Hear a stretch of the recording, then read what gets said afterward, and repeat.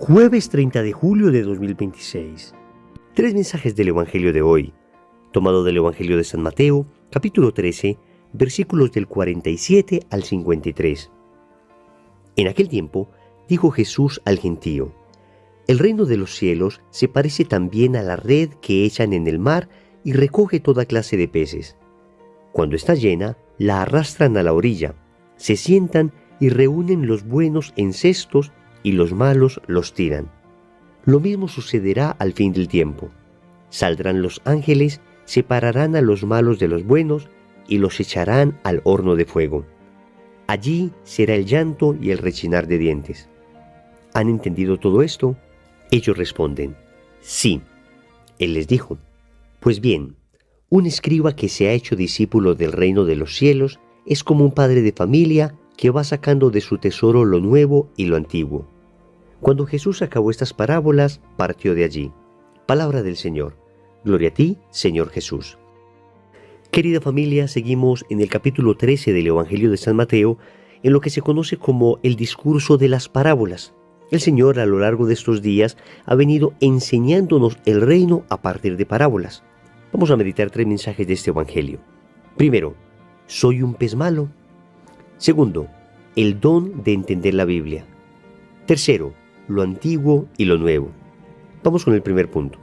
¿Soy un pez malo? El Señor nos dice en el Evangelio de hoy: el reino de los cielos se parece también a la red que echan en el mar y recoge toda clase de peces. Y dice el Evangelio que cuando está llena, la arrastran a la orilla, se sientan y reúnen los buenos en cestos y los malos los tiran. Dice el Señor concluyendo esta parábola: lo mismo sucederá al final del tiempo. Saldrán los ángeles, separarán a los malos de los buenos y los echarán al horno de fuego. Queridos amigos, aquí evidentemente tenemos una figura de la iglesia. La iglesia es esta red que se tira al mar del mundo. Y allí, por supuesto, se pescan peces buenos y peces malos. Esto es bien importante porque estamos reconociendo con esto que dentro de la iglesia existen santos y pecadores. Existen personas que aman a Dios con todo su corazón, existen personas que quieren luchar por seguir adelante, luchar por conformarse con la voluntad de Dios, pero también existen aquellos que, a pesar de estar en la iglesia, desafortunadamente son peces malos. Amigos, no podemos modificar el Evangelio a nuestro antojo. Sé que bajo la sensibilidad del hombre del siglo XXI, pues no es políticamente correcto hablar de gente mala y gente buena. Hoy más bien quisiéramos hablar de personas equivocadas. Y ciertamente dentro de la iglesia hay muchas personas equivocadas. Pertenezco a un movimiento católico, Lazos de Amor Mariano, que dicta retiros espirituales frecuentemente, y a lo largo de estos más de 23 años he estado viendo cómo personas muy equivocadas se acercan a Dios después de conocerle profundamente en un retiro espiritual. Sí que es cierto que tenemos personas que van por el mal camino no porque sean malos, sino porque nadie les ha mostrado el buen camino. Pero también debo reconocer que hay personas que definitivamente no se quieren convertir. Hay personas que, estando en la iglesia, definitivamente, a pesar de las 1001 oportunidades que el Señor les envía, no se quiere convertir. La pregunta es: ¿tú eres uno de esos? ¿Yo soy uno de esos? Oye, cuidado, que podemos creer que ya estamos convertidos, pero si analizamos detenidamente nuestra vida y la contrastamos con el Evangelio, nos damos cuenta que nos falta mucho por conversión. Y entonces puede suceder que no queramos convertirnos porque creemos no tener necesidad de convertirnos. También puede suceder que estemos muy contentos en la vida de pecado, que creamos que esto de estar en el Evangelio, seguir al Señor, orar, es algo tremendamente aburrido. Entonces decimos: al final de mi vida me convertiré, mientras tanto voy a disfrutar bastante. Oigan, llamar disfrutar al pecado es desconocer la gravedad del pecado. El pecado siempre esclaviza. El pecado siempre trae oscuridad, tristeza, angustia. Claro, 5 minutos de placer, 5 minutos de pasarla bien, y pasarla bien entre comillas, pero en realidad la consecuencia, más temprano que tarde, se hace sentir. Hay una frase de San Agustín que a mí particularmente me pone a reflexionar bastante.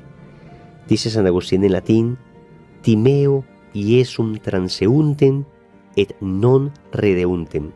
La voy a repetir: timeo Iesum transeuntem et non redeuntem. Traduciría algo así como: temo a Jesús que pasa y no regresa. Oigan, temo al Señor que pasa y no regresa. Con esto lo que San Agustín está diciendo es que el Señor nos da 1001 oportunidades para convertirnos, pero hay un momento donde esas oportunidades se acaban. Es el momento de la muerte. Es el momento en que hemos de comparecer ante el juicio divino. Ahí ya llega el momento de la justicia. Toda la misericordia aquí en la tierra. El Señor intentando una y otra vez llamarnos a la conversión. El Señor intentando una y otra vez que salgamos de ese cesto de peces malos y empecemos a ser peces buenos. Pero nosotros, en el misterio de nuestra libertad, podemos rechazar ese llamado amoroso de Dios. Y queridos amigos, el Evangelio es claro. Lo dice con unas palabras bien fuertes. Lo mismo sucederá al final del tiempo. Saldrán los ángeles, separarán a los malos de los buenos y los echarán al horno de fuego. Ay, queridos amigos, quisiéramos no leer todas estas cosas en el Evangelio. En nuestra sensibilidad actual, quisiéramos que el Evangelio solo nos hablara de cosas bonitas, del amor, del perdón, de la misericordia. Pero es que cuando se ama en verdad, entonces se es exigente, se dice la verdad. Y Cristo nos dejó el Evangelio porque nos ama en verdad y nos quiere dar el Evangelio completo. La misericordia, por supuesto, la misericordia es parte del Evangelio, pero también la justicia. Y si es que no queremos estar al lado de Dios a pesar de la enorme cantidad de veces que Dios ha intentado llamarnos, entonces, indudablemente, hemos de encontrarnos con su justicia. Temo a Jesús que pasa y no regresa. Segundo, el don de entender la Biblia. Después de esas parábolas, el Señor pregunta a sus apóstoles: ¿han entendido esto? Ellos le responden: sí. Queridos amigos, es lo que nos preguntamos cada que leemos el Evangelio. ¿Hemos entendido esto? Qué bueno poder responder con los apóstoles: sí, lo he entendido. Y es que hay un bello documento de la Iglesia llamado Dei Verbum. En el numeral 12, la Dei Verbum nos habla de cómo se interpreta la palabra de Dios. Dice: la Escritura se ha de leer e interpretar con el mismo espíritu que fue escrita. Oigan esto. Para entender, para interpretar adecuadamente la palabra de Dios, no basta ser muy inteligente. No basta ser una persona con muchas cualidades. No basta haber estudiado mucho. Amigos, hay que tener el don del Espíritu. Muchas veces sucede que personas muy inteligentes, muy listas, muy capaces a nivel humano, luego cuando se enfrentan a textos de la palabra de Dios, es que sienten que no les dice nada. Es que no logran interpretar, no logran entender, porque se requiere la fuerza del Espíritu. La invitación es clarísima. Debemos suplicar permanentemente la fuerza del Espíritu para poder entender la palabra de Dios. Le podemos decir al Señor cuando nos pregunte: ¿has entendido? Le podemos decir: Señor, si tú no me envías tu Espíritu, ¿cómo he de entender? Te suplico que me envíes tu Espíritu, porque yo solo fácilmente me pierdo, fácilmente interpreto la Biblia a mi amaño, fácilmente me quedo con aquellos textos que de alguna manera acaricien mi debilidad, pero no con aquellos que exhorten mi alma a la conversión. Recordemos que la palabra de Dios es viva y eficaz, más cortante que espada de 2 filos. Y es que tiene 2 filos porque por un lado tiene el filo de la misericordia, que nos encanta, pero por otro tiene el filo de la justicia, que en ocasiones no queremos conocer. Pero amigos, que no queramos conocer la justicia de Dios no significa que la justicia de Dios deje de existir. Es mejor estar bien preparados para encontrarnos con ese Dios misericordioso que también es justo. Tercero, lo nuevo y lo antiguo. Concluye el Señor diciendo: pues bien, un escriba que se ha hecho discípulo del reino de los cielos es como un padre de familia que va sacando de su tesoro lo nuevo y lo antiguo. Queridos amigos, la inmensa mayoría de intérpretes nos cuentan que acá el Señor se refiere tanto a lo nuevo, que es el Nuevo Testamento, como lo antiguo, que es el Antiguo Testamento. Entonces nos está diciendo que quien recibe el reino de los cielos integra perfectamente el Antiguo y el Nuevo Testamento. Es decir, la doctrina de Cristo no es una doctrina que desconoce el Antiguo Testamento. Todo lo contrario. Cristo es el cumplimiento de todo el Antiguo Testamento. Por eso, el Señor, hablando a los escribas, a los fariseos, a todas estas personas, les dice que quien se adhiere al reino, es decir, quien empieza a seguirle, se va a dar cuenta que todas las profecías del Antiguo Testamento se cumplen en el nuevo, se cumplen en Cristo. Por eso es como ese padre de familia que va sacando de su tesoro lo nuevo y lo antiguo. Pero también eso nos dice algo a nosotros hoy, porque cuando iniciamos un proceso de conversión, también nos damos cuenta que hay algo antiguo y hay algo nuevo. Hay algo nuevo que es el Evangelio, hay algo nuevo que es Cristo, pero hay algo antiguo también que es esa vida de pecado en que estábamos, esa vida de maldad, esa vida que Cristo vino a sanar, esa vida que el Señor de alguna manera vino a rescatar. Sin embargo, entre lo antiguo también hay cosas buenas. No significa que una persona que inicia un proceso de conversión era completamente malo en todo lo que hacía. Hombre, claro que no, claro que no. Conocemos personas que todavía no están muy cerca de Dios y sin embargo tienen cosas muy buenas. Son personas generosas, son personas que se esfuerzan por hacer el bien, son personas que tratan de ayudar al prójimo.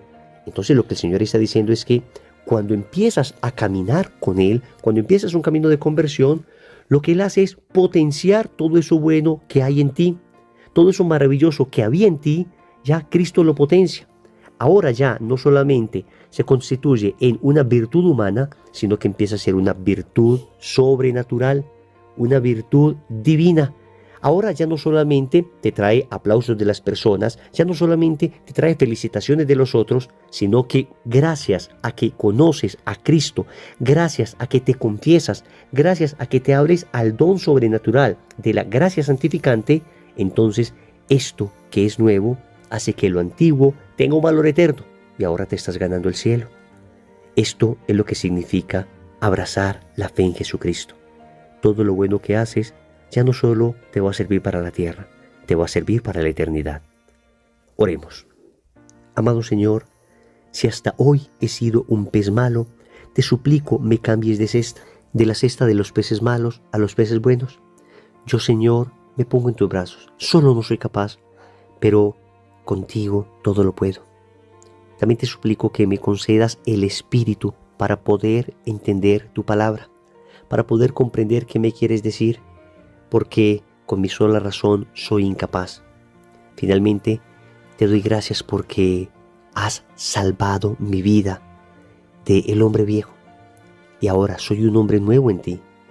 Y gracias porque todo lo bueno que tenía, todo lo bueno que tú también me habías dado, aunque yo no sabía agradecértelo, ahora lo has potenciado, ahora tiene un valor sobrenatural. Señor, dame lo que me pides y pídeme lo que quieras. Amén. Recordemos entonces, primero, soy un pez malo. Segundo, el don de entender la Biblia. Tercero, lo nuevo y lo antiguo. Compromiso.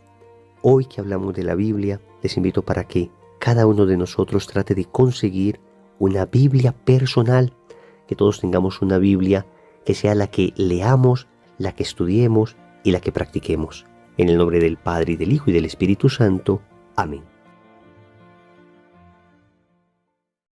Año 2026, año de los santuarios marianos. Iniciaremos una bellísima peregrinación y vamos a iniciarla en Medjugorje. Allí seremos abrazados por la Gospa. Iremos a Asís. Estaremos de rodillas frente al cuerpo de San Francisco. Iremos a la Porciúncula, a San Damián, al cuerpo de Santa Clara. Vibrará nuestro corazón.